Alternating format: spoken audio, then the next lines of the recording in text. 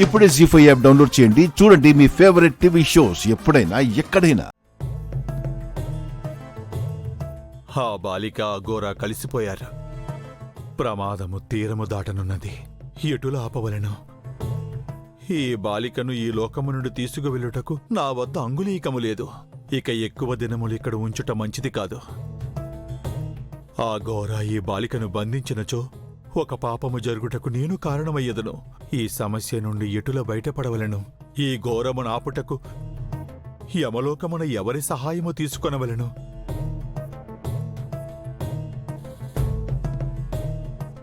గుప్తా గారు, ఘోరం జరిగిపోయిందండి. ఏమైనది బాలిక? మిస్సమ్మ నాతో మాట్లాడుతుందని నీలా వెళ్లి మనోహరికి చెప్పేసింది. మనోహరి కూడా నిజం తెలిసిపోయింది.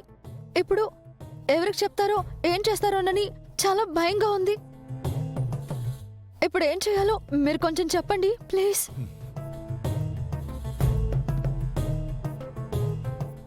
గుప్తా గారు మీతోనే మాట్లాడుతున్నా, చెప్పండి ఇప్పుడు నేనేం చేయాలి? ఏమి చేయవలనో చెప్పుచూనే ఉంటిని కదా బాలిక. భూలోకమును వదలి వెళ్ళవలను.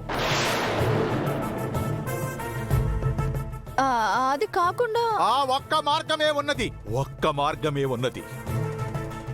అర్థం చేసుకోమని నీకెన్నిసార్లు చెప్పి తిని బాలిక. నీవు ఎచ్చట ఉండుట వలన నీకు జరుగు మంచి కన్నా కీడే ఎక్కువ. విధికి ఎదురు వెళ్ళుట అంటే కష్టములను కోరి తెచ్చుకొనుటియే బాలిక. శత్రువులు ప్రకటించుచున్న యుద్ధము నేను చేయగలిగినది కాదు బాలిక.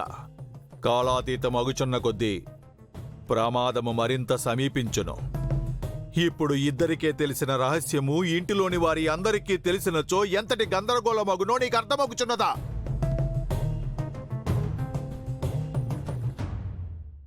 భూమి మీద ఆత్మలు బయట తిరుగుతాయంట కదా? ఆ ఆత్మలు ఉండుట వేరు, నీవు ఉండుట వేరు. ఎందుకు చెప్పండి గుప్తా గారు, ఎందుకు? చెప్పలేను బాలిక, కానీ ఒక్కటి మాత్రమే చెప్పగలను. నీవు చేయుచున్నది చాలా పెద్ద తప్పిదము. ఆ తప్పిదమునకు నీవు భారీ మూల్యము చెల్లించవలెను. అంతవరకు నీవు ఏమి చేసినను వృధాయే. నీవు చూస్తున్న ఈ ఇల్లులా ఉండదు. నవ్వులు వినిపించవు, సంతోషము కనిపించదు, ప్రశాంతత ఉండదు. నీవు వేటి కోసమైతే ఇచ్చటనే ఉంటివో అవన్నీ ఆవిరైపోతాయి.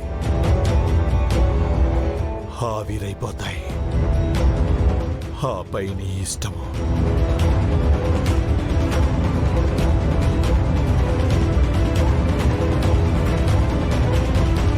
గుప్తా గారు ఊరికే భయపెడుతున్నారు. అలా ఏం జరగదు. నన్ను యమలోకానికి తీసుకెళ్లడానికి ఇలా మాట్లాడుతున్నారని నాకు తెలుసు.